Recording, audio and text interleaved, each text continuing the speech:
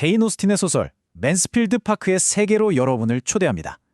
겉보기엔 정말 평온하고 모든 게 완벽해 보이는 곳이죠. 하지만 그 평온함 속에는 아주 엄격한 질서와 규칙이 숨쉬고 있습니다. 모든 것이 제자리에 있어야만 하는 곳, 바로 여기서 이야기가 시작됩니다. 네, 여기가 바로 맨스필드 파크입니다. 이 저택의 이름은 그냥 건물이 아니라 그 자체로 하나의 세계관이에요. 지위, 부, 그리고 그 무엇보다 중요한 품이라는 게 모든 것을 결정하는 그런 세상이죠. 이 견고하고 완벽해 보이는 세계에 한 명의 이방인이 들어섭니다. 바로 가난한 친척 페니 프라이스죠. 그녀가 발을 들여놓는 순간 이 질서의 세계는 조금씩 흔들리기 시작하는데요. 그녀의 여정은 수많은 사람들의 운명을 뒤바꿀 하나의 선택에서 비롯됩니다. 맨스필드 파크라는 세계를 제대로 이해하려면 먼저 그 뿌리가 되는 이야기부터 시작해야 합니다. 모든 것의 시작점, 바로 세 자매의 서로 다른 운명에 대한 이야기입니다. 이들의 선택이 맨스필드 파크의 모든 것을 결정했다고 해도 과언이 아니거든요. 당시 여성에게 결혼이란 건 지금 우리가 생각하는 낭만적인 사랑의 결실과는 좀 거리가 멀었습니다. 거의 생존과 직결된 아주 냉혹한 현실이었죠. 워드가의 세 자매가 바로 그 현실을 각자의 선택으로 증명합니다. 첫째 마리아는 아주 현명하게도 부유한 주남작 토머스 버트럼 경과 결혼해서 맨스필드 파크의 안주인이 되죠. 참고로 주남작은 귀족 바로 아래 단계의 세습자귀인데 엄청난 부와 사회적 지위를 의미했습니다. 둘째는 언니 덕에 그럭저럭 안정적인 성직자와 맺어졌고요. 문제는 막내 프랜시스였습니다. 그녀는 사랑을 택했죠. 가난한 해병대 중위와 결혼하면서 가족의 뜻을 거역했고 결국 집안과 등을 지게 됩니다. 바로 이 비극적인 선택이 우리 이야기의 진짜 씨앗이 되는 겁니다. 자, 보세요. 이렇게 한 자매의 다른 선택이 두 가문의 운명을 극명하게 갈라놓았습니다. 한쪽은 맨스필드 파크라는 낙원에서 풍요를 누리고 다른 한쪽은 포치머스의 비좁은 집에서 9명의 아이들과 가난에 허덕이죠. 이 엄청난 불균형 속에서 결국 한 아이의 운명을 통째로 뒤바꿀 제안이 나오게 됩니다. 버트럼 가문은 일종의 자선사업처럼 가난한 프라이스 가문의 딸 하나를 맨스필드 파크로 데려오기로 결정합니다. 바로 펜이죠. 하지만 이 친절에는요, 보이지 않는 가격표가 붙어 있었습니다. 그리고 페니는 앞으로 그 대가를 톡톡히 치러야만 했죠. 이제 막 10살 된 소녀가 겪었을 충격 한번 상상해 보시겠어요? 시끌벅적했지만 그래도 정겨웠던 내 집을 떠나서 위압적일 만큼 거대하고 쥐죽은 듯 조용한 저택에 정말이지 홀로 툭 던져진 겁니다. 모든 게 낯선 이곳에서 페니는 이제 보이지 않는 수많은 규칙과 기대에 순응하며 살아가야만 했습니다. 페니는 처음부터 가족의 이론으로 따뜻하게 받아들여지지 않았습니다. 그저 가엾으네 혹은 신기한 구경거리, 그 이상도 이하도 아니었죠. 언제나 자신감 넘치는 사촌들 옆에서 페니는 점점 더 작아졌고 마치 자신들의 우월감을 확인시켜주기 위해 존재하는 순종적인 인형처럼 취급당했습니다. 사촌들은 왕들의 연대기나 행성의 이름을 줄줄 외우는 걸 교양이라고 생각합니다. 그러면서 페니의 무지를 그녀의 환경 탓이 아니라 그냥 개인의 결함으로 치부해버리죠. 이게 바로 맨스필드 파크를 지배하는 냉정한 계급 의식의 민낯입니다. 페니의 부족함은 그들에게 자신들의 우월함을 확인시켜주는 아주 편리한 도구에 불과했던 거죠. 맨스필드 파크의 친절에는 두 가지 얼굴이 있었습니다. 노리스 부인을 비롯한 가족들이 베푸는 친절은 언제나 너는 우리 덕에 사는 거야 라는 생색과 함께 주어졌죠. 페니의 열등감을 끊임없이 자극하는 그런 조건부 친절이었어요. 하지만 그 잿빛 세상 속에서 유일하게 빛나는 존재가 있었습니다. 바로 사촌 에드먼드였죠. 그는 처음부터 끝까지 아무런 조건 없이 진심으로 페니를 대한 유일한 사람이었습니다. 페니의 유일한 친구이자 기댈 곳이 되어주었죠. 시간은 흐르고 맨스필드 파크의 절대 권력자인 토머스 경이 사업차 멀리 앤티가로 떠납니다. 아버지가 떠나자 맨스필드 파크에는 잠시 동안의 자유가 찾아오죠. 그리고 바로 그 빈자리를 채우러 아주 세련되고 또 위험한 런던의 매력이 성큼 다가옵니다. 이웃이 바뀐다는 건 곧 새로운 인물들이 등장한다는 뜻이었습니다. 그리고 그들은 맨스필드 파크의 고유한 질서를 아주 그냥 송두리째 흔들어 놓을 인물들이었죠. 바로 매력적이지만 지극히 세속적인 크로포드 남매입니다. 메리 크로포드는요, 버트럼 자매들이 그토록 꿈꾸던 모든 것을 가진 여자였습니다. 재치, 미모, 돈, 그리고 무엇보다 자유분방함까지. 하지만 그녀가 가진 런던의 현대적인 가치관은 맨스필드의 고고한 전통, 특히 에드먼드의 깊은 신념과 정면으로 꽝 하고 부딪히게 됩니다. 헨리 크로포드는 정말이지 거부할 수 없는 매력을 가진 남자였습니다. 근데 그 눈부신 매력 뒤에는 진지함이라고는 눈꼽만큼도 찾아볼 수 없는 오직 유희만을 좇는 경박함이 숨어 있었죠. 그는 버트럼 자매들에게 달콤하지만 아주 치명적인 독과 같은 존재였습니다.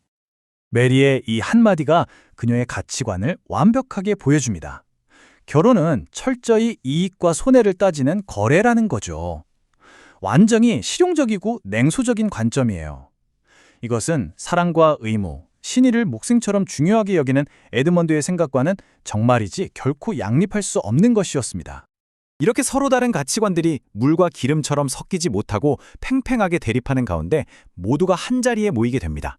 바로 마리아의 약혼자 러시워스 씨의 낡고 거대한 저택 소서턴에서죠. 그리고 바로 이곳에서 그동안 억눌려왔던 감정들이 폭발하기 시작합니다. 소스턴에서 벌어지는 논쟁은 단순히 정원을 어떻게 꾸밀까 하는 문제가 아니었어요. 이건 낡았지만 소중한 전통을 존중하려는 마음과 새롭고 유행하는 것을 무분별하게 쫓으려는 욕망 사이의 대립이었죠. 개선이라는 그럴듯한 이름 아래 과거의 가치를 너무나 쉽게 파괴하려는 태도는 곧 등장인물들의 도덕적 가치관을 상징적으로 보여줍니다. 오래된 가로수길을 베어낸다는 말에 페니는 진심으로 안타까워하며 자연과 전통에 대한 깊은 애정을 드러냅니다. 하지만 최신 유행을 쫓는 헨리와 지극히 실용적인 메리에게 이런 감상적인 태도는 그저 촌스러운 고집으로 보일 뿐이었죠. 소스턴의 예배당은 메리와 에드먼드의 가치관이 얼마나 다른지를 아주 극명하게 보여주는 무대가 됩니다. 신앙과 의무를 소중하게 생각하는 에드먼드와는 달리 메리는 성직자라는 직업 자체를 아무것도 아닌 존재라며 대놓고 경멸하죠. 이 말은 두 사람 사이에 결코 메울 수 없는 깊은 균열이 존재한다는 걸 암시합니다. 곧 결혼할 약혼자가 버젓이 있는데도 마리아는 보란듯이 헨리와 위험한 장난을 칩니다.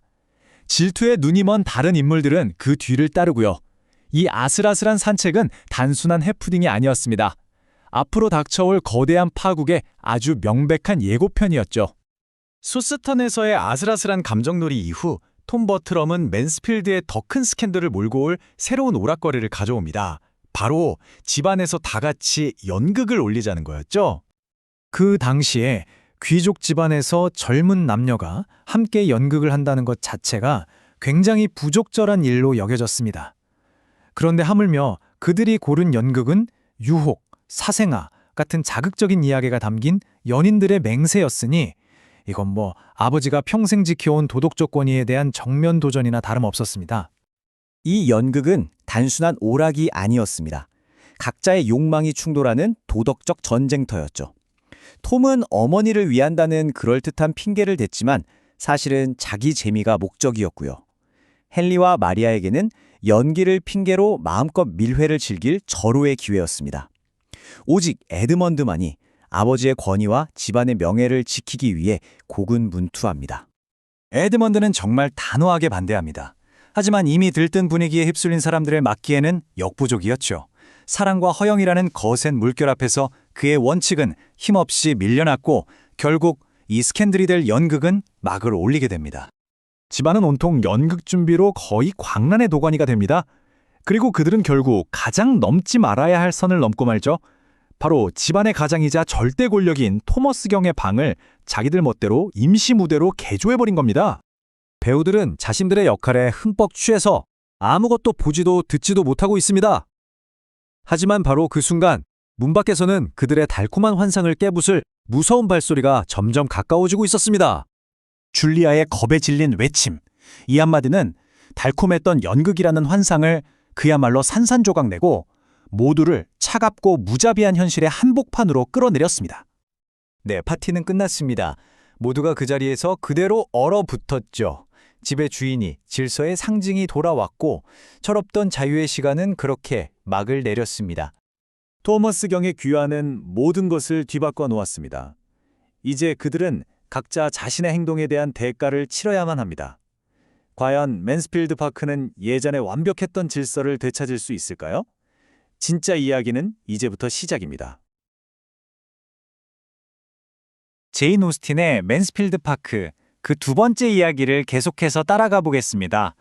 지난 시간에는 우리가 버트럼 가문에 맡겨진 페니 프라이스가 아주 낯선 환경 속에서 어떻게 조용하고 또 사려 깊은 여성으로 성장하는지를 함께 지켜봤었죠. 엄격한 원칙과 전통이 지배하던 그곳 맨스필드 파크의 고유한 세계 말이에요. 이제 외부로부터 아주 다른 가치관을 가진 인물들이 도착하면서 이 견고해 보였던 모든 것들이 흔들리기 시작합니다.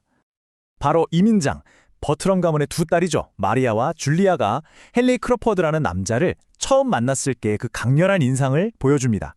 그의 누이 메리 크로포드와 함께 맨스필드 파크 근처에 머물게 된 이 남매의 등장은요, 그냥 단순한 손님의 방문이 아니었어요. 이건 뭐랄까, 맨스필드 파크가 아주 오랫동안 유지해온 그 질서와 가치관에 대한 거대한 도전의 시작을 알리는 그런 신호탄과도 같았습니다. 네, 바로 이 변화의 중심에 선 인물들입니다. 런던의 화려한 사교계에서 막 도착한 막대한 재산과 세련된 매너, 그리고 무엇보다도 도덕적으로 아주 유연한 사고방식을 가진 헨리와 메리 크로퍼드 남매. 이들은 맨스필드 파크의 젊은이들에게 지금껏 단 한 번도 경험해보지 못한 새로운 세상의 매력을 아주 강렬하게 보여주기 시작하죠.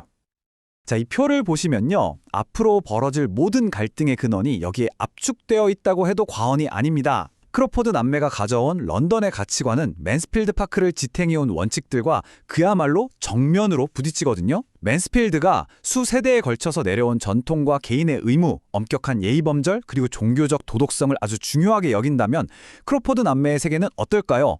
순간의 재미와 세련된 스타일, 사람을 움직이는 돈의 힘, 그리고 철저하게 계산된 이익을 중심으로 돌아갑니다. 이건 단순히 시골과 도시의 생활 방식 차이, 이런 거 넘어선 거예요. 인간과 세상을 바라보는 두 개의 근본적으로 다른 세계관이 충돌하는 거죠. 메리 크로포드의 바로 이 말, 두 세계관의 충돌을 아주 구체적으로 보여주는 사례입니다. 이게 무슨 얘기냐면요, 그녀가 새로 들여온 하프를 옮겨야 하는데 당연히 돈을 주면 마차를 빌릴 수 있을 거라고 생각했던 거죠. 런던에서는 그랬으니까요. 하지만 온 마을이 1년 중 가장 중요한 행사인 건조 수확에 매달려 있었기 때문에 그녀의 개인적인 용무를 위해서 마차를 내어줄 사람이 단 한 명도 없었던 겁니다. 그녀는 돈으로도 해결되지 않는 일이 있다는 사실 자체에 당황하고 놀라요. 이 작은 사건은 개인의 변덕이나 욕망이 공동체의 더 큰 의무와 필요보다 우선될 수 없다는 맨스필드의 암묵적인 규칙과 모든 것을 도미라는 가치로 환산하는 런던의 사고방식 사이에 얼마나 깊은 간극이 있는지를 정말 명확하게 드러내줍니다. 크로퍼드 남매가 딱 도착하자마자 맨스필드 파크의 조용한 수면 아래 잠자고 있던 욕망과 불만을 수면 위로 확 끌어올립니다. 그러면서 즉각적으로 흥분과 낭만적인 긴장감을 만들어내죠. 헨리는 부유한 약혼자가 있지만 권태를 느끼는 마리아, 그리고 그런 언니를 질투하면서 자신 또한 헨리의 관심을 갈망하는 줄리아 사이에서 아주 아슬아슬한 줄타기를 즐겨요. 한편 메리는 곧 성직자가 될 진지하고 도덕적인 에드몬드에게 지적이면서도 도발적인 상대로 다가서죠. 에드몬드는 그녀의 세속적인 가치관에 불편함을 느끼면서도 지금껏 한 번도 만나본 적 없는 그녀의 재치와 생기발랄함에 정말 속수무책으로 끌리게 됩니다. 이 네 사람의 복잡한 관계가 앞으로 닥쳐올 거대한 갈등의 무대를 마련하는 셈이죠. 맨스필드 파크에 이렇게 변화의 바람이 분 후에 첫 번째 주요 사건이 터집니다. 바로 소서턴 코트로의 여행이에요.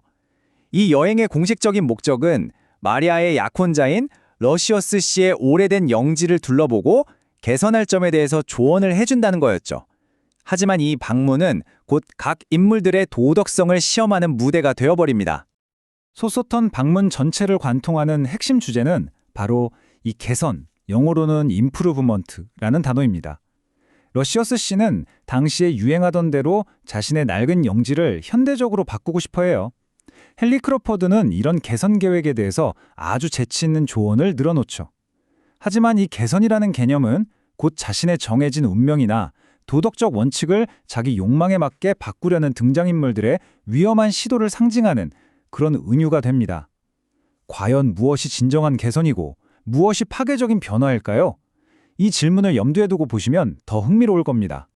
정말 즐거운 소풍처럼 시작된 이 하루는요, 등장인물들의 본성과 가치관에 폭로하는 일련의 도덕적 시험대로 변모합니다. 영지 안의 각 장소가 그냥 단순한 배경이 아니라 그들의 내면이 드러나고 아주 중요한 선택이 이루어지는 무대가 되는 거죠. 특히 가문 예배당에서 벌어진 논쟁과 황야라고 불리는 숲에서 마주친 장긴 문 앞에서의 선택. 이 두 장면은 이 책이 던지는 핵심적인 도덕적 질문들을 아주 상징적으로 보여주고 있습니다. 소세턴의 오래된 예배당 안에서 메리 크로퍼드가 에드먼드가 선택한 성직자의 길에 대해서 이렇게 말합니다. 아주 노골적으로 경멸적인 시각을 드러내는 거죠. 그녀에게 성직자란 사회적으로나 유행의 관점에서 볼 때 아무런 영향력도 명예도 없는 그냥 아무것도 아닌 존재일 뿐이었던 거예요. 이 말은 에드먼드와 또 그 대화를 조용히 듣고 있던 페니 모두에게 정말 깊은 충격을 안겨줍니다. 자, 이 표를 보시면 메리와 에드먼드 사이에 놓인 정말 건널 수 없는 강이 명확해 보입니다. 에드먼드에게 성직은 한 국가의 도덕적 기관과 개인의 영혼을 책임지는 인류에게 가장 중요한 숭고한 소명입니다. 반면에 메리에게 성직은 재산 없는 집안의 둘째 아들이는 선택하는 부나 명예와는 거리가 먼 하찮은 직업일 뿐이죠. 이 근본적인 가치관의 차이는 두 사람의 관계를 처음부터 끝까지 규정하는 중심적인 긴장감으로 작용하고요. 그리고 이건 서로에 대한 매력이나 사랑만으로는 결코 극복할 수 없는 거대한 장벽이 존재한다는 걸 암시하기도 합니다. 이 잠긴 문은 도덕적 제약과 사회적 규범을 어기고 싶은 유혹의 아주 강력한 상징이 됩니다. 담장이라는 것 자체가 굉장히 흥미로운데요. 멀리서 보면 경계가 없는 것처럼 보이지만 가까이 다가가면 넘을 수 없는 깊은 도랑이 있는 구조거든요. 마치 눈에 보이지는 않지만 분명히 존재하는 사회적 예의 범절과 규칙 같죠. 그리고 그 안에 굳게 잠긴 철문은 약혼과 같이 명백히 넘어서는 안 될 도덕적 금지선을 의미합니다. 마리아가 갇혔다고 느끼면서 헨리의 부추김에 넘어가 그 문을 돌아가는 길을 택하는 것. 이건 약혼이라는 사회적 약속을 무시하고 자신의 즉흥적인 욕망을 따르려는 그녀의 태도를 아주 극명하게 보여주는 상징적인 행동입니다. 자, 집안의 가장인 토머스 경이 사업 문제로 서인도 제도에 가 있어서 오랫동안 부재 중인 상황입니다. 맨스필드 파크의 권위와 질서는 자연스럽게 느슨해져 있죠. 바로 그때 장남인 톰이 런던에서 돌아와서 지루함을 달랠 재미를 추구하는데요. 이게 맨스필드 파크의 예의 범절을 한계까지 밀어붙일 아주 위험한 아이디어가 됩니다. 톰이 친구인 예이치 씨와 함께 젊은이들끼리 맨스필드 파크의 한 방을 개조해서 사적인 연극을 무대에 올리자고 제안합니다. 당시에 상류층 가정에서 사적인 연극 공연이 하나의 유행이긴 했지만 집안의 어른, 특히 가장이 부재 중인 상황에서 젊은이들끼리 이런 일을 벌이는 건 매우 부적절하고 경솔한 행동으로 여겨졌습니다. 톰은 연극 공연이 가져올 문제점들을 지적하는 목소리에 대해서 아주 교묘한 논리로 반박합니다. 그는 이 모든 것이 전혀 해롭지 않고 심지어는 아버지를 걱정하는 어머니를 위한 사려 깊은 오락거리인 것처럼 포장하죠. 하지만 그의 논리를 하나하나 뜯어보면 전부 자기 합리화에 불과해요. 어머니를 위한다는 명분을 내세우지만 실제로는 자기 지루함을 달래기 위한 것이고 아버지의 부재를 책임감을 가져야 할 상황이 아니라 규칙을 어길 수 있는 절호의 기회로 삼는 겁니다. 그의 경솔하고 자기중심적인 성격을 잘 보여주는 대목이죠. 하지만 에드먼드는 이 계획의 본질을 정확하게 꿰뚫어 봅니다. 그에게 이 연극은 단순한 오락이 아니에요. 아버지의 권위가 부재한 틈을 타서 벌이는 심각한 예의 위반이고 맨스필드 파크의 질서를 무너뜨릴 수 있는 아주 부적절한 행위인 거죠. 그는 연극 자체가 아니라 이 일이 가져올 도덕적 해이와 무질서 그리고 외부인까지 끌어들이면서 사적인 공간의 경계가 무너지는 것을 깊이 우려하고 있습니다. 이 연극 소동에서 가장 흥미롭고 위험한 부분은 바로 그들이 선택한 희곡, 연인들의 맹세입니다. 이 연극은 내용 자체가 사생아, 유혹, 사회적 지위의 차이를 넘는 사랑 같은 당시 기준으로 보면 굉장히 선정적이고 스캔들러스한 이야기거든요.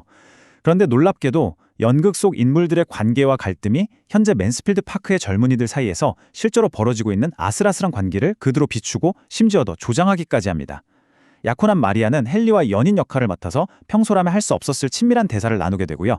성직자가 될 에드먼드는 세속적인 가치관을 가진 메리와 사랑을 속삭이는 역할을 맡게 됩니다. 연극이 현실의 위험한 감정들을 위한 안전한 배출구가 되기는커녕 오히려 그 감정들을 부추기고 정당화하는 위험천만한 무대가 되어버리는 겁니다. 작은 오락거리로 시작했던 일이 정말 걷잡을 수 없이 커져서 일련의 논쟁과 타협, 감정 싸움으로 번져나갑니다. 처음에는 확고했던 원칙들이 하나둘씩 무너지고 거의 모든 사람이 이 도덕적 위반에 휘말리게 되죠. 특히 맨스필드의 도덕적 기둥 역할을 하던 에드먼드마저 메리에 대한 개인적인 감정 때문에 자신의 원칙을 저버리고 연극에 참여하기로 하는 모습은 이 연극이라는 유혹이 얼마나 강력한지를 상징적으로 보여줍니다. 집안은 연극 준비로 온통 어수선하고 예의와 질서는 완전히 잊힌 채 리허설이 한창일 때 줄리아가 창백한 얼굴로 문을 박차고 들어와서 이 충격적인 소식을 전합니다. 연극의 절정에서 현실의 심판자가 돌아온 거죠. 토머스 경의 예기치 않은 귀환은 그냥 한바탕의 소동으로 끝날 수도 있었던 이 연극과 그것이 상징하는 모든 무질서의 세계에 갑작스럽고도 완전한 종말을 고합니다. 그 순간 방 안에는 정말 완전한 공포와 끔찍한 정적이 흐릅니다. 즐거움에 들떠있던 모든 사람들의 심장이 죄책감과 불안감으로 차갑게 내려앉죠. 그들이 벌인 즐거운 일탈의 현실이 거대한 책임감과 함께 갑자기 덮쳐온 겁니다. 특히 이 소동에 거의 참여하지 않은 페니조차 숙부에 대한 그 뿌리 깊은 두려움과 다른 사람들의 공경에 대한 연민으로 가장 큰 고통을 겪습니다. 토머스 경은 불같이 화를 내지 않아요. 오히려 그의 이 차분하고 침착한 한마디가 그 어떤 분노에 찬 질책보다 훨씬 더 신랄하고 무겁게 다가옵니다. 이 말 속에는 자식들이 자신을 얼마나 잊고 있었는지, 그리고 그들의 행동이 얼마나 심각한 비행이었는지에 대한 깊은 실망감이 담겨 있는 거죠. 그는 소리를 지르는 대신 그들 스스로가 자신들의 잘못을 깨닫고 부끄러움을 느끼게 만듭니다. 심판은 신속하지만 조용하게 이루어집니다. 연극 무대는 하룻밤 사이에 흔적도 없이 사라지죠. 그리고 이 사건의 가장 직접적이고 비극적인 결과는 바로 마리아의 성급하고 어리석은 결혼입니다. 연극 기간 동안 헨리와의 희롱으로 감정이 극도로 고조되었다가 아버지의 귀환으로 모든 것이 좌절되자 그녀는 이 지긋지긋한 맨스필드를 벗어나기 위한 탈출구로 사랑하지도 않는 러시어스 씨와의 결혼을 선택하고 마는 거죠. 연극이라는 가상의 무대가 결국 현실에 돌이킬 수 없는 비극적인 선택으로 이어지고 만 것입니다. 마리아가 이렇게 결혼해서 떠나버리자 지루하고 허영심 많은 헨리 크로포드는 자신의 재미를 위해서 새롭고 더 도전적인 목표에 눈을 돌립니다. 그의 다음 목표, 바로 조용하고 눈에 띄지 않던 페니 프라이스입니다. 헨리는 노이 메리에게 자신의 이 냉소적인 계획을 이렇게 선언합니다. 그는 페니의 순수한 애정을 마치 사냥감이나 트로피처럼 이겨야 할 스포츠 게임처럼 취급해요. 그에게 이것은 진정한 감정의 교류가 아니라 자신의 매력을 시험하고 지루함을 달래기 위한 유희에 불과한 거죠. 그는 페니의 마음을 정복의 대상으로 삼고 아주 치밀한 계획을 세우기 시작합니다. 헨리는 마치 전쟁을 치르는 장군처럼 신중하고 계산된 작전을 단계적으로 실행합니다. 그는 그냥 단순히 유혹하는 것을 넘어서 페니라는 사람을 깊이 분석하고 그녀가 가장 중요하게 생각하는 가치들을 교묘하게 이용하죠. 그는 그녀의 가장 큰 약점이자 강점인 가족에 대한 사랑을 공략해서 오빠의 진급을 돕고 그녀의 겸손한 성품을 이용해서 거절할 수 없는 친절을 베풉니다. 그는 자신의 모든 매력과 영향력, 그리고 페니의 성격에 대한 깊은 이해를 바탕으로 그녀의 단단한 방어막을 뚫으려고 하는 겁니다. 이건 아주 정교하고 위험한 심리 게임이죠. 그런데 이 게임을 진행하는 과정에서 정말 예기치 못한 변화가 일어납니다. 헨리가 누이에게 자신이 꾸며냈던 감정이 어느새 진짜가 되어버렸다고 고백하는 거죠. 페니의 꾸밈 없는 진실함, 변치 않는 선량함, 그리고 조용한 강인함이 냉소적이고 계산적이었던 헨리의 마음을 조금씩 움직이기 시작한 겁니다. 사냥꾼이 사냥감에 매료된 아주 아이러니한 상황이 벌어진 거죠. 그는 자기가 시작한 게임의 규칙을 스스로 어기게 된 셈입니다. 이제 자신이 진정으로 사랑에 빠졌다고 믿게 된 헨리는 페니에게 결혼을 청원합니다. 이 청혼은 페니를 제외한 맨스필드 파크의 모든 사람들이 재산, 인맥, 성품 모든 면에서 완벽하다고 여기는 그야말로 눈부신 결합이었습니다. 헨리의 청혼은 곧장 토머스 경에게 전달되고요. 그는 더할 나위 없이 기뻐합니다. 가난한 조카딸이 이렇게 훌륭한 신랑감을 만난 것은 가문의 영광이자 페니 개인의 엄청난 행운이라고 생각하죠. 그는 페니가 당연히 이 제안을 기쁘게 받아들일 거라고 확신하면서 이 좋은 소식을 전하기 위해 그녀의 방으로 향합니다. 이 순간 이 청혼은 페니와 구원자 헨리 사이의 문제가 아니라 페니와 그녀가 평생 두려워하고 순종해온 가부장적 권위의 상징 토머스 경 사이의 궁극적인 대결이 될 것임을 예고합니다. 이 대결은 정말 극명한 대조를 이룹니다. 토머스 경은 당시 사회의 모든 상식을 대변하는 지극히 합리적이고 논리적인 주장들을 펼치죠. 재산, 사회적 지위, 그리고 페니가 그에게 진 은혜까지 그의 주장은 반박할 수 없을 만큼 강력합니다. 하지만 페니는 이런 논리적인 주장들 앞에서 그저 자신의 감정과 도덕적 판단이라는 단순하지만 흔들리지 않는 진실만을 내세울 뿐이에요. 그녀는 헨리 크로퍼드가 결혼한 사촌들인 마리아와 줄리아를 어떻게 대했는지 똑똑히 보았고 그의 매력적인 겉모습 뒤에 숨겨진 가벼움과 부도덕함을 간파했던 거죠. 그녀의 거절은 단순한 변덕이나 반항이 아니라 그녀의 내면 깊숙한 곳에서 오랜 관찰을 통해 형성된 도덕적 확신에서 비롯된 것이었습니다.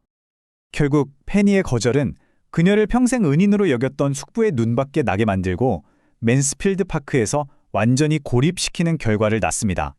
토마스 경은 그녀의 완고한 반항을 도무지 이해할 수가 없죠. 이 마지막 질문은 페니가 처한 곤경의 핵심을 찌릅니다. 사회적 압력과 합리적인 논리의 거대한 벽 앞에서 개인의 내면적인 확신과 감정은 어떻게 그 정당성을 주장하고 끝까지 지켜낼 수 있을까요?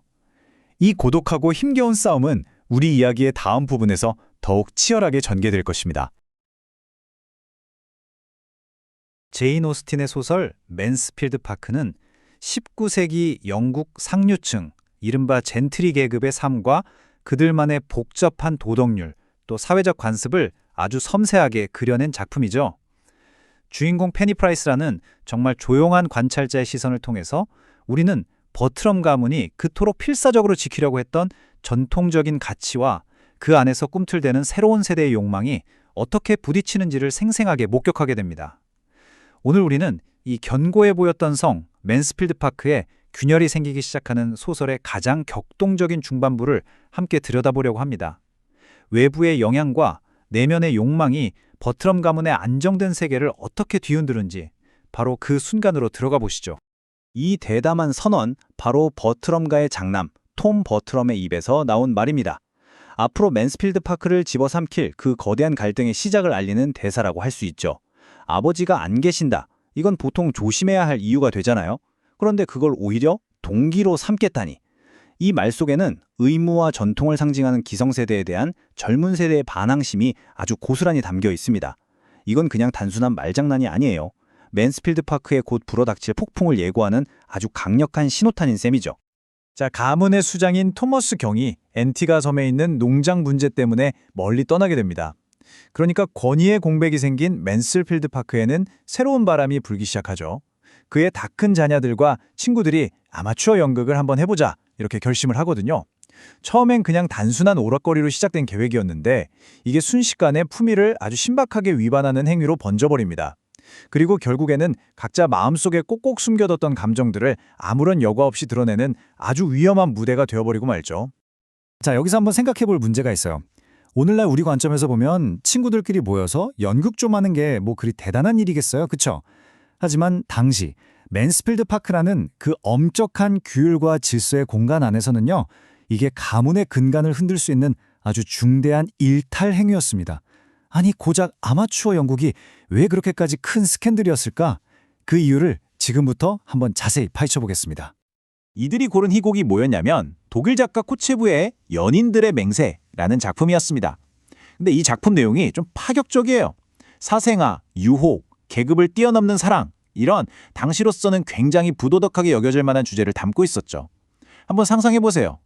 미혼의 젊은 남녀가, 심지어 약혼자가 있는 여성이 다른 남자랑 연인 역할을 맡아서 막 감정적인 대사를 주고받고 포공까지 하는 장면을 연습한다? 이건 당시 사교계의 엄격한 규칙을 그냥 정면으로 어기는 행동이었어요. 게다가 연기라는 것 자체가 원래 전문 배우들이 하는 일이지, 지체 높은 신사숙녀가 직접 자기 감정을 드러내면서 남을 흉내내는 건 품위를 떨어뜨리는 일이라고 생각했고요. 하지만 무엇보다 가장 큰 문제는 바로 아버지의 집, 그 사적이고 신성한 공간을 침범했다는 점입니다. 이곳을 공적인 유의회장으로 만든 것 자체가 가문의 수장인 토머스 경의 도덕적 질서와 권위에 대한 정면 도전이었던 거죠. 이 연극을 둘러싼 갈등은 버트럼가의 두 아들 에드먼드와 토물궁에서 아주 선명하게 드러납니다. 성직자가 되려는 차남 에드먼드는 양심과 전통의 목소리를 대변하는 인물이에요. 그에게 연극은 아버지에 대한 예의에도 어긋나고 참여하는 모든 사람의 품위를 손상시키는 한마디로 원칙의 문제인 거죠. 반면에 런던의 유행과 쾌락을 쫓는 장남 톰에게 이건 그냥 어머니의 적적함을 달래줄 무해한 오락일 뿐입니다. 이 두 형제의 대립이야말로 맨스필드 파크가 지켜온 가치와 새로운 세대의 욕망이 어떻게 충돌하는지를 정말 극명하게 보여주는 장면이라고 할 수 있습니다. 연극을 둘러싼 논쟁은요, 배역을 정하는 과정에서 훨씬 더 노골적인 욕망의 투쟁으로 변질됩니다. 이게 그냥 단순한 역할 분담이 아니었어요. 그동안 억눌려 있던 감정과 질투, 그리고 인물들 사이의 미묘한 권력 관계가 수면 위로 확 떠오르는 계기가 된 거죠. 특히 버트럼가의 두 자매, 마리아와 줄리아, 그리고 런던에서 온 매력적인 방문객인 크로퍼드 남매 사이의 그 팽팽한 신경전이 이 과정에서 폭발합니다. 모든 배역 선택이 그 자체로 하나의 권력 게임이었어요. 마리아는 부유하지만 좀 어리석은 약혼자 러쉬워스가 뻔히 보고 있는데도 자기가 마음에 품고 있는 헨리 크로포드와 연인 역할을 맡음으로써 금지된 욕망을 대리만족하려고 하죠. 똑같이 헨리에게 마음이 있던 동생 줄리아는 언니한테 그 기회를 빼앗기니까 질투심에 불타오르고요. 이 모든 상황의 중심에는 바로 헨리 크로포드가 있습니다. 그는 이 자매의 경쟁심을 즐기면서 마리아를 유혹하기 위해 아주 교묘하게 상황을 조종하죠. 여기서 가장 흥미로운 인물은 에드먼드예요. 연극을 그렇게나 반대했는데 결국 외부인을 들이는 것보단 낫겠다 싶어서 스스로 원칙을 깨고 무대에 오르거든요. 차악을 선택해야 하는 그의 깊은 딜레마를 보여주는 거죠. 그리고 이 모든 혼란의 한가운데서 페니는 홀로 도덕적인 고통에 휩싸여 있습니다. 자, 이렇게 연극 준비로 인한 혼돈과 감정의 소용돌이가 그야말로 절정에 달한 바로 그 순간, 그의 부재가 이 모든 소동을 가능하게 했던 절대적 권위의 상징 토머스 경이 아무런 예고도 없이 맨스필드 파크로 돌아옵니다. 줄리아의 이 겁에 질린 내침 한마디에 모든 것이 멈춥니다. 연극 연습, 들뜬 웃음소리, 젊은 세대의 반항으로 가득 찼던 그들만의 세계가 순식간에 급정거를 하는 거죠. 모든 소음과 움직임이 그대로 얼어붙는 그야말로 시간이 정지하는 순간입니다. 책에서는 이 순간의 분위기를 단순한 놀라움이 아니라 완전한 공포, 즉 absolute horror라고 묘사합니다. 그 자리에 있던 모든 사람이 각기 다른 이유와 다른 정도의 자책감 그리고 공포에 휩싸였다고 말이죠. 즐거움이 단 한순간에 죄의식으로 바뀌어버린 겁니다. 토머스 경은 막 격분하거나 화를 내는 대신 아주 싸늘하고 무거운 침묵으로 질서를 회복시킵니다. 그의 존재 자체만으로도 젊은이들의 반란은 끝나고 자신들의 잘못이 얼마나 큰 것이었는지를 표절이게 깨닫게 하는 거죠. 자신의 서재가 연극 무대로 변한 걸 보고도 고함을 치지 않아요. 대신 조용하고 단호하게 모든 것을 원래대로 되돌리라 하고 지시하죠. 오히려 이런 침착함이 더 큰 공포를 자아내면서 그의 권위가 얼마나 절대적인지를 다시 한번 모두에게 각인시키는 겁니다. 연극이라는 이 거대한 소동이 무산되고 토머스 경의 권위 아래 질서가 회복되자 맨스필드 파크의 사회적 기류는 또 다른 국면으로 접어들게 됩니다. 진정한 애정은 없지만 가문의 안정과 이득을 보장하는 결혼이 아주 빠르게 추진되죠. 혼돈 뒤에 찾아온 건 성찰이 아니라 서둘러서 문제를 봉합하려는 움직임이었어요. 네, 연극 소동이 끝나자마자 마리아 버트럼과 러쉬워스 씨의 결혼이 신속하게 진행됩니다.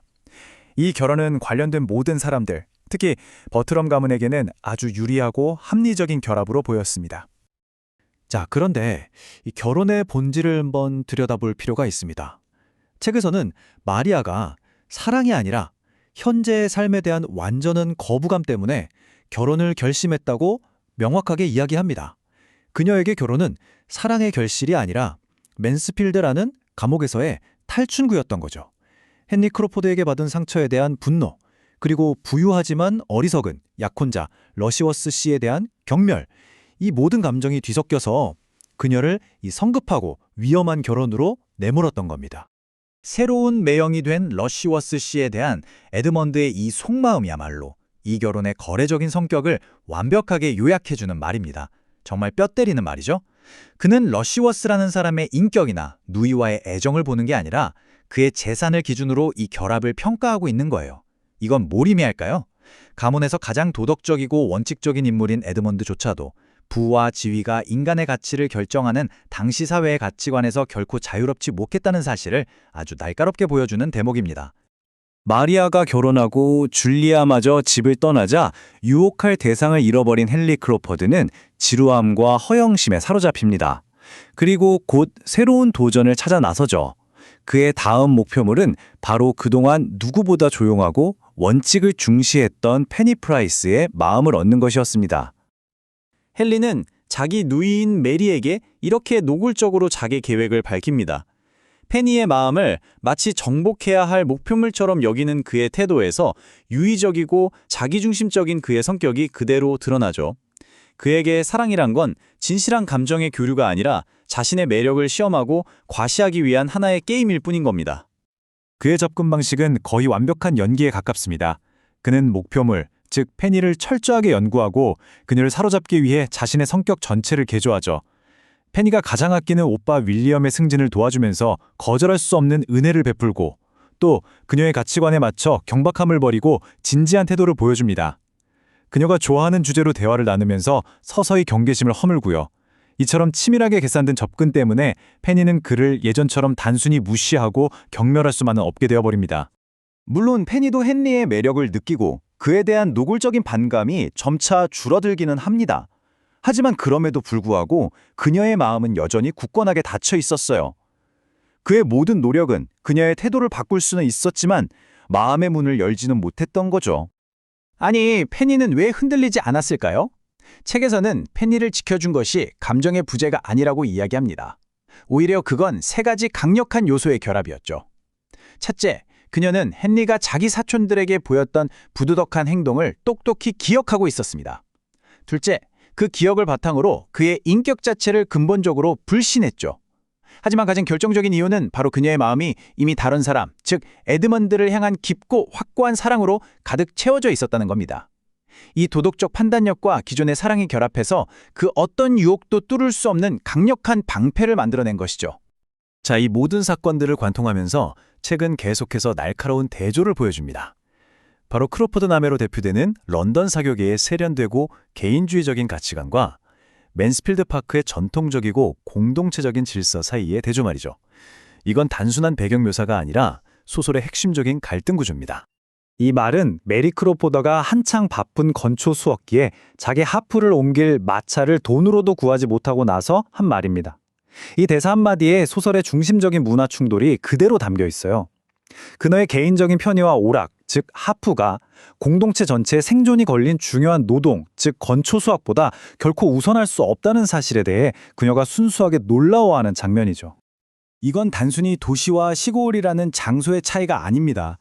사회가 어떻게 기능해야 하는가에 대한 두 개의 다른 이념, 두 개의 다른 세계관의 충돌인 거죠. 크로퍼드 남매에게 생상은 돈과 개인의 욕망으로 움직이는 곳입니다. 결혼은 더 나은 지위를 위한 거래이고 성직자 같은 직업은 따분하고 명예롭지 못한 것이죠. 반면에 맨스필드 파크가 상징하는 세계는 의무, 책임, 공동체의 질서를 기본으로 합니다.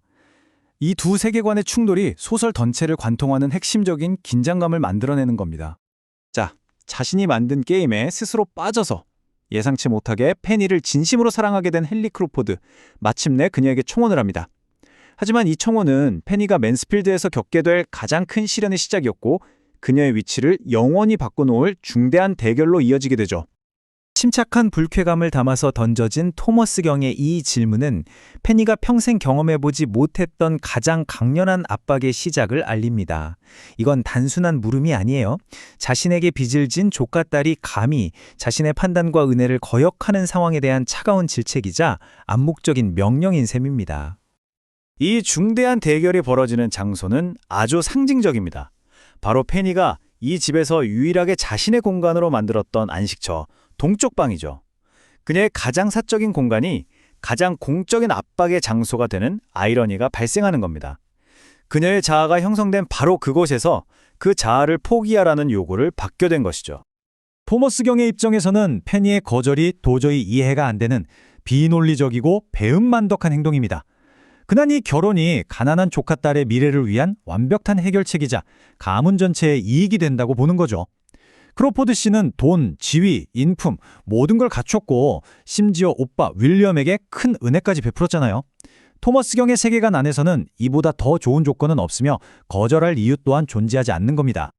저는 그분을 결혼할 만큼 좋아할 수가 없어요, 아저씨. 페니의 이 단순하고 솔직한 대답은 토마스 경에게 충분한 이유가 되지 못했습니다. 그의 세계에서 결혼이란 건 개인의 좋아함이라는 감정보다는 의무와 이익에 의해 결정되어야 했기 때문이죠. 바로 이 지점에서 페니는 완벽한 딜레마, 말 그대로 덫에 갇힙니다. 그녀가 청혼을 거절하는 이유는 명예와 사랑이라는 숭고한 원칙에 뿌리를 두고 있지만 그 원칙을 설명하기 위해서는 자신이 존경하고 지키려는 가족의 치부를 드러내야만 하는 상황이에요. 크로퍼드의 실체를 밝히면 마리아와 줄리아의 부도덕함이 드러나고 자신의 진심을 말하면 에드먼드를 향한 사랑을 고백해야 합니다. 둘 다 그녀에게는 불가능한 선택지입니다. 결국 그녀는 침묵할 수밖에 없고 그 침묵은 고집과 반항 그리고 배은망덕을 비치게 되는 거죠. 자신을 길러준 은인이자 절대적 권위자인 숙부의 뜻을 정면으로 거역한 페니의 이 행동은 우리에게 그녀가 가진 힘의 본질에 대해 다시 한번 생각하게 만듭니다. 이것은 단순히 권위에 대한 소극적인 반항일까요? 아니면 자신의 도덕적 신념과 사랑에 대한 그 누구보다 강인한 충성심의 표현일까요? 이 사건은 앞으로 그녀가 겪게 될 혹독한 시련의 무대를 마련하면서 우리의 이야기를 다음 장으로 이끌어갑니다. 제인 오스틴의 소설 맨스필드 파크 이야기의 흐름을 완전히 뒤바꾸는 한마디가 바로 지금 시작됩니다.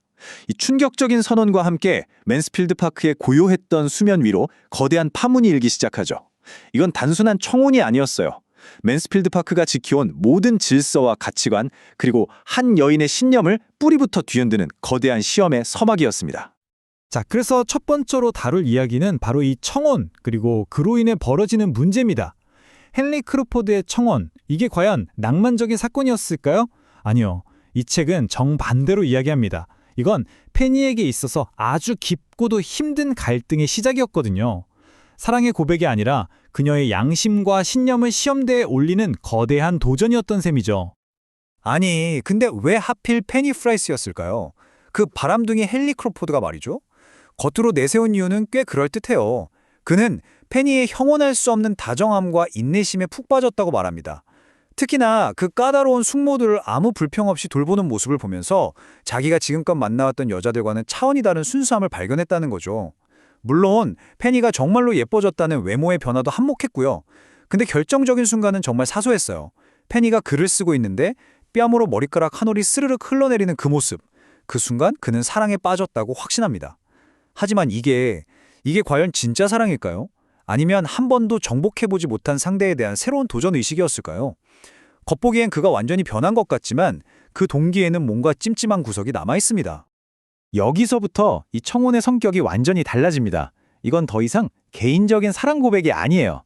맨스필드 파크의 절대 권력자 토머스 경을 통해서 전달된 공식적인 통보가 되어버렸죠. 페니 입장에서는 이게 달콤한 고백이 아니라 거역할 수 없는 소환장처럼 느껴졌을 겁니다. 이제 그녀는 한 남자의 구애를 받는 게 아니라 가문의 가장이자 후원자의 명령과 마주하게 된 거죠. 바로 이 순간 두 사람 사이에 보이지 않는 벽이 딱 세워집니다. 토머스 경의 이 질문, 겉으로는 아주 차분해 보이지만 그 안에는 네가 감히? 네 주제에 이 제안을 거절하겠다고? 하는 싸늘한 불신이 담겨 있어요. 그는 페니의 거절을 개인의 선택으로 보는 게 아니라 상식과 질서를 거스르는 도저히 이해할 수 없는 행동으로 여기고 있는 겁니다. 토머스 경은 이제 페니를 설득하기 위해 모든 카드를 꺼내듭니다. 먼저 아주 현실적인 상황부터 이야기하죠. 크로포드의 엄청난 재산과 사회적 지위. 이것만 봐도 이 결혼을 거절하는 건 어리석은 짓이라는 겁니다.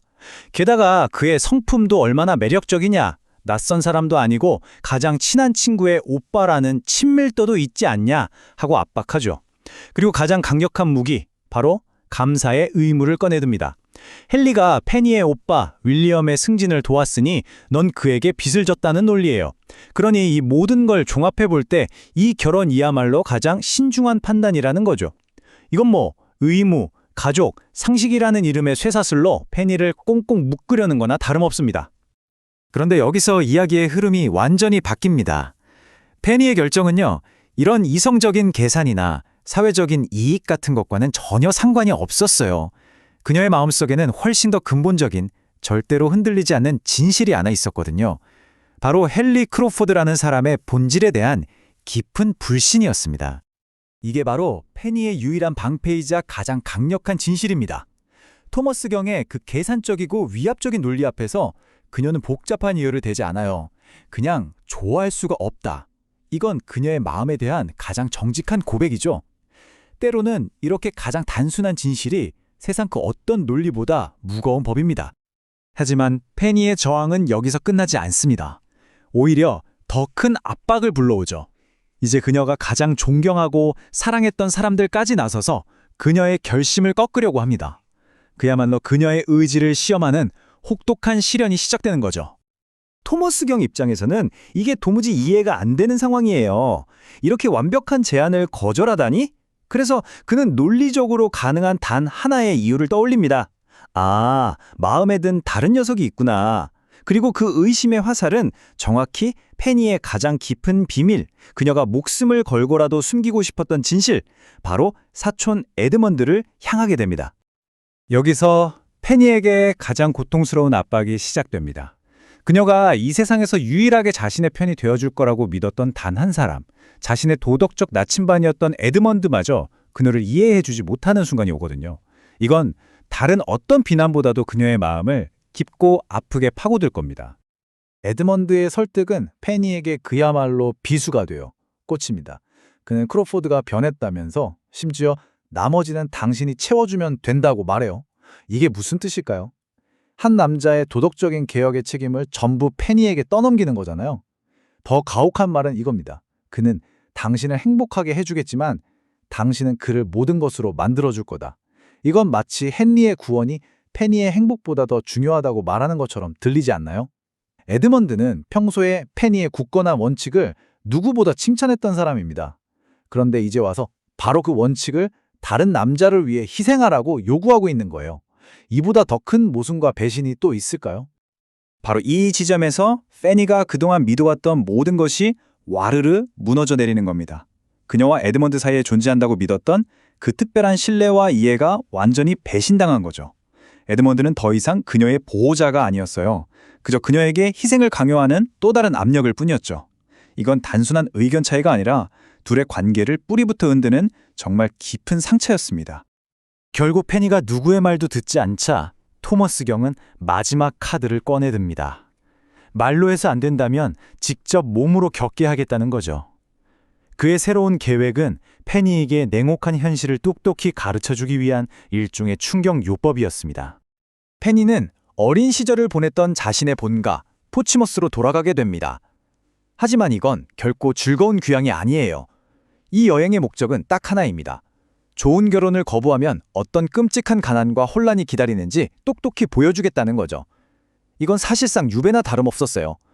토머스 경은 이 가혹한 현실을 마주하면 페니가 결국 헨리에게 무릎 꿇을 거라고 믿었던 겁니다. 페니가 마주하게 될 두 세계는 정말이지 하늘과 땅 차이입니다.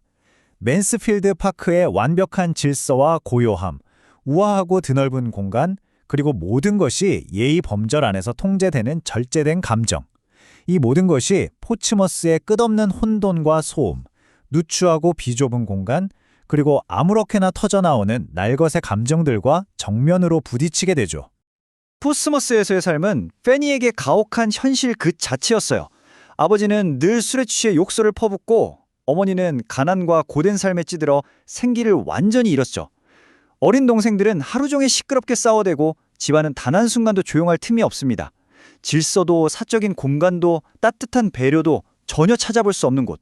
토머스 경이 페니에게 보여주고 싶었던 현실이 바로 이거였습니다.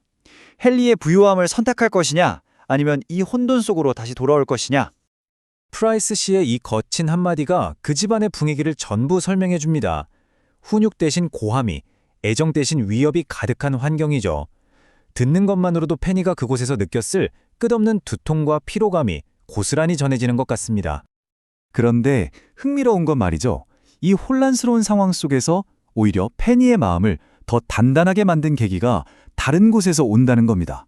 바로 맨스필드 파크에서 온 소식, 특히 메리 크로포드의 편지들이 역설적이게도 그녀의 결심이 옳았다는 걸 증명하는 결정적인 증거가 되거든요. 결국 토머스 경의 개혁은 완전히 빗나갔어요. 포츠머스의 혼돈은 페니에게 헨리랑 결혼해서 여기서 탈출해야겠다는 생각을 심어준 게 아니었습니다. 오히려 그녀가 진정으로 소중히 여기는 것이 무엇인지를 더욱 명확하게 깨닫게 해줬죠. 그녀는 맨스필드 파크라는 장소 자체가 아니라 그곳이 상징하는 도덕적인 질서와 평온함을 사랑하고 있었다는 걸 비로소 알게 된 겁니다. 메리의 편지는 토머스 경의 계획에 그야말로 결정타를 날립니다. 편지 속에서 메리는 부유한 삶이 곧 행복의 지름길이라고 말하고 에드먼드가 선택한 성직자의 길을 아무것도 아닌 것으로 취급해버리죠. 런던 사교계의 가십과 계산적인 이야기들로 가득한 편지를 한 줄 한 줄 읽어내려가면서 페니는 깨닫습니다. 자신과 크로포드 남매 사이에는 도저히 건널 수 없는 가치관의 강이 흐르고 있구나. 이 편지들은 결국 그녀의 거절이 단순한 감정의 문제가 아니라 지극히 합리적인 판단이었다는 걸 다시 한번 증명해준 셈이죠. 자, 이제 마지막 부분입니다. 포츠머스에서의 이 혹독한 시련은 과연 페니를 무너뜨렸을까요? 전혀요.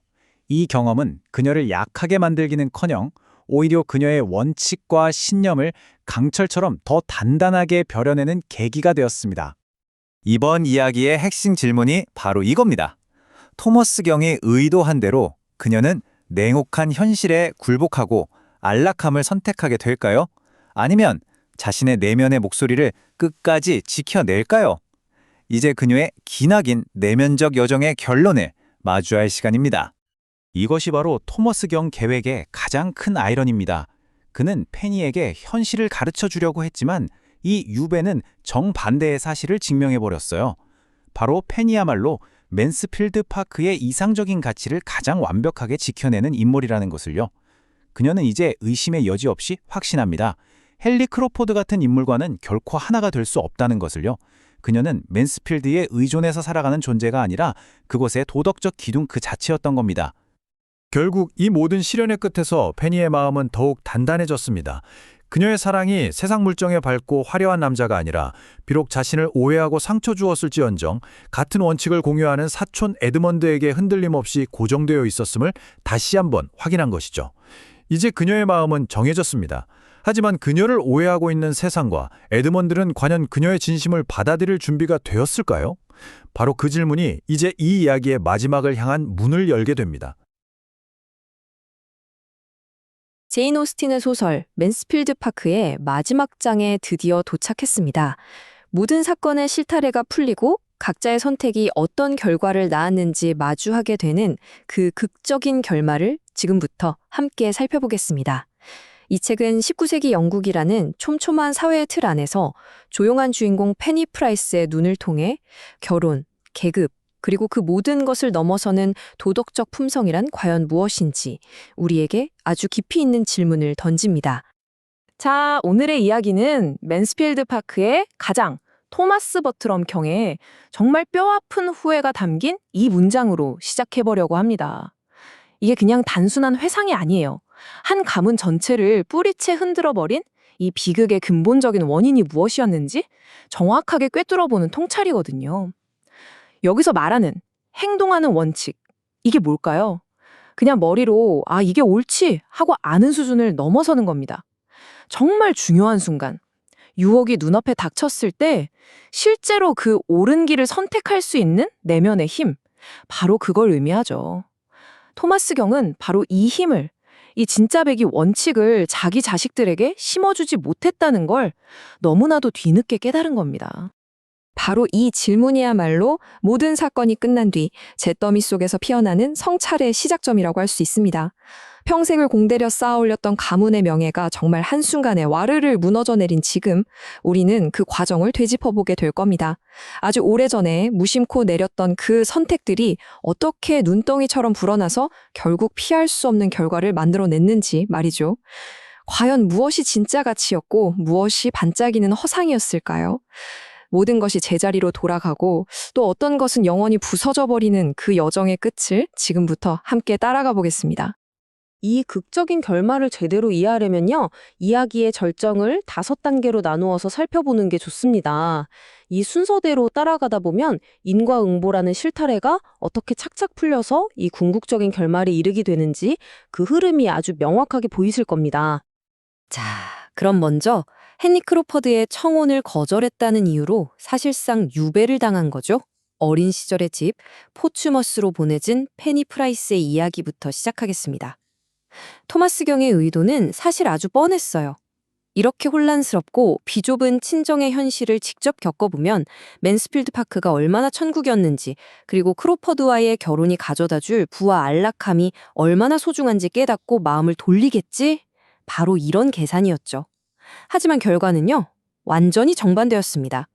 이 경험은 역설적이게도 페니의 신념을 더욱 단단하게 만드는 계기가 되어버립니다. 이 화면을 보시면 두 세계의 차이가 정말 극명하게 느껴지시죠? 페니는 지금 물리적으로는 저 왼쪽의 혼돈과 무질서의 세계, 포츠머스의 발을 딛고 있습니다. 하지만 그녀의 정신, 그녀의 영혼은 맨스필드에서 배운 질서와 품위를 끊임없이 갈망하고 있죠. 포츠머스의 모든 소음과 불편함은 매 순간 그녀를 고통스럽게 하지만 동시에 아주 분명하게 한 가지 사실을 일깨워줍니다. 바로 자신이 그토록 지키고 싶었던 그 가치들이 그냥 몸에 밴 습관 같은 게 아니라 자기 존재의 일부였다는 것을요. 포츠머스는 그걸 비춰주는 거울이었던 셈입니다. 페니가 마주한 친정의 현실은 정말 상상 이상이었습니다. 해군 출신인 아버지는 집을 그냥 여관처럼 드나들면서 거친 욕설과 술 냄새를 풍겼고요. 어린 남동생들은 그 좁은 집 안에서 한시도 쉬지 않고 수리를 지르며 싸웠습니다. 한때 버트럼 자매들만큼이나 아름다웠을 어머니는 어땠을까요? 오랜 가난과 무관심 속에서 달코해진 단정치 못한 모습으로 변해 있었죠. 모든 게 뒤죽박죽이고 누구 하나 서로에게 진정한 관심을 기울이지 않는 그곳에서 페니는 깨닫습니다. 아, 내가 살던 맨스필드의 그 정돈된 평온함과 얼마나 다른 세계에 와 있는지를요. 이곳은 환경이 한 사람의 품성과 정신에 얼마나 엄청난 영향을 미치는지 보여주는 아주 생생한 증거 그 자체였습니다. 하지만 이 모든 어려움 속에서도 페니는 그냥 주저앉아 절망만 하고 있지는 않아요. 그녀는 14살짜리 여동생 수잔에게서 한 줄기 빛, 어떤 목적 같은 걸 발견합니다. 수잔은 이 거친 환경 속에서도 배우려는 열의와 착한 마음을 잃지 않고 있었거든요. 그리고 언니인 페니를 진심으로 따랐죠. 페니는 수잔에게 책을 읽어주고 바른 말을 쓰는 법, 차분한 태도를 유지하는 법을 가르쳐주기 시작합니다. 마치 포츠머스라는 척박한 땅에 맨스필드의 덕성이라는 씨앗을 조심스럽게 심는 것처럼요. 이건 정말 중요한 장면이에요. 페니가 단순히 시련을 견디는 소극적인 인물이 아니라 어떤 환경에서도 자신의 가치를 능동적으로 실현하는 강인한 존재라는 걸 보여주는 전환점이니까요. 자, 페니가 포츠머스에서 이렇게 원칙을 지키면서 내면의 힘을 기르는 시련에 겪고 있을 때 런던에서는 정말 완전히 정반대의 이야기가 펼쳐지고 있었습니다. 그녀가 떠나온 사람들이 연루된 훨씬 더 화려하고 위험한 드라마였죠. 이건 페니의 인내와는 너무나도 대조적으로 순간의 쾌락과 허영심이라는 유혹 앞에서 속수무책으로 무너져 내리는 사람들의 이야기입니다. 이 타임라인을 보면 소설의 운명을 가른 결정적인 순간이 딱 보입니다. 헨리 크로퍼드는 페니에게 거절당한 뒤에 잠시나마 진심이었어요. 그녀에게 어울리는 사람이 되기 위해서 자신의 영지인 에버링엄으로 가서 선한 지주가 되겠다고 결심까지 했었죠. 하지만 런던 사교계의 유혹은 그 결심보다 훨씬 강했습니다. 그는 영지로 떠나는 걸 미루고 눈앞의 파티를 쾌락을 줬기로 하죠. 바로 거기서 마주친 마리아의 그 냉담하고 오만한 태도가 그의 정복력에 불을 확 지펴버린 겁니다. 한때 진심으로 페니를 사랑하게 되었다고 스스로 믿었던 그 마음은 상처 입은 허영심의 자리를 내주고 말아요. 결국 그는 페니를 향한 모든 노력을 헌신짝처럼 내팽개치고 다시 한번 마리아를 유혹하는 그 위험한 게임에 뛰어들게 됩니다. 책에서는 헨리 크로퍼드의 성격을 이렇게 명확하게 설명합니다. 그는 정말 매력적이고 재치도 넘치고 때로는 선한 충동을 느끼기도 해요. 하지만 문제는 그 선함을 지키기 위해서 자신의 욕망을 희생하는 훈련을 단 한 번도 해본 적이 없다는 겁니다.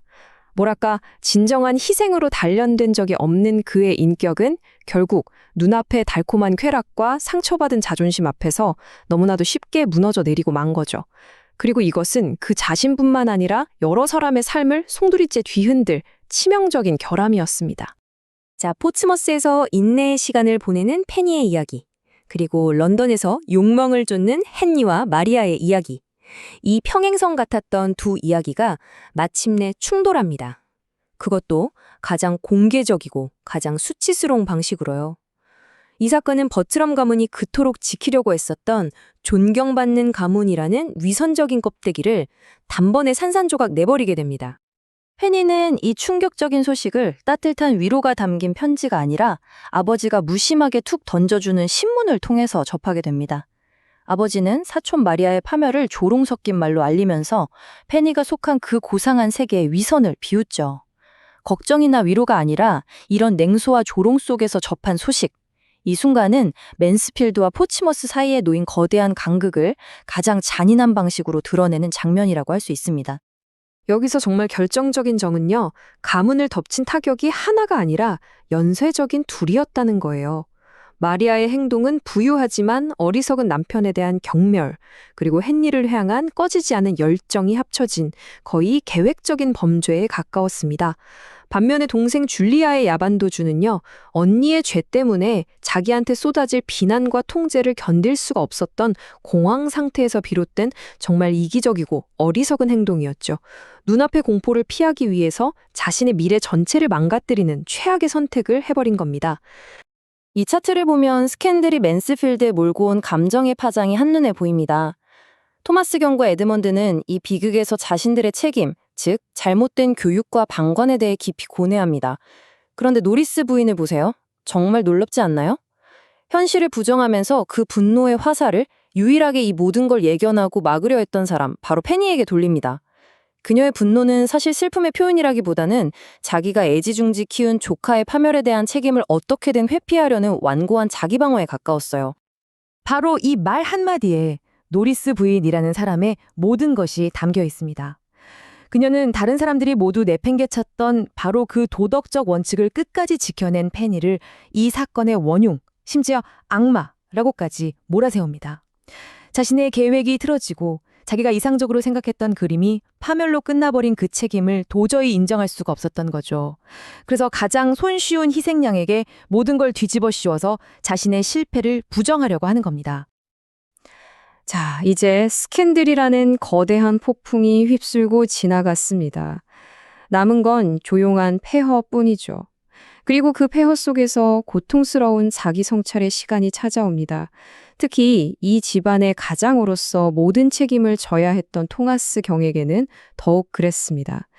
집안에는 죽음의 그림자보다 더 무겁고 끔찍한 수치심과 침묵이 감돌았죠. 이곳이 바로 이 소설 전체를 관통하는 핵심 교훈입니다. 토마스 경은 자신이 자녀들을 겉보기에 인상적인 사람으로 키웠을지는 몰라도 선한 사람으로 키우지는 못했다는 걸 정말 뼈저리게 깨닫습니다. 아이들에게 예법, 교양, 지식을 가르치는 데는 그토록 열심이었지만 정작 그 아이들 마음속에서 자라나는 허영심, 이기심, 자기중심적인 성향은 전혀 보지 못했던 거죠. 유혹 앞에서 자신의 욕망을 통제하고 올바른 길을 선택하는 데 필요한 내면의 나침반, 그걸 심어주지 못했던 겁니다. 그리고 이 슬라이드를 보면 파국 이후에 맨스필드에서 일어난 정화 과정이 아주 잘 보입니다. 책에서는 노리스 부인의 퇴장을 커다란 부수적인 위안이라고 표현하는데요. 정말 절묘한 표현이죠.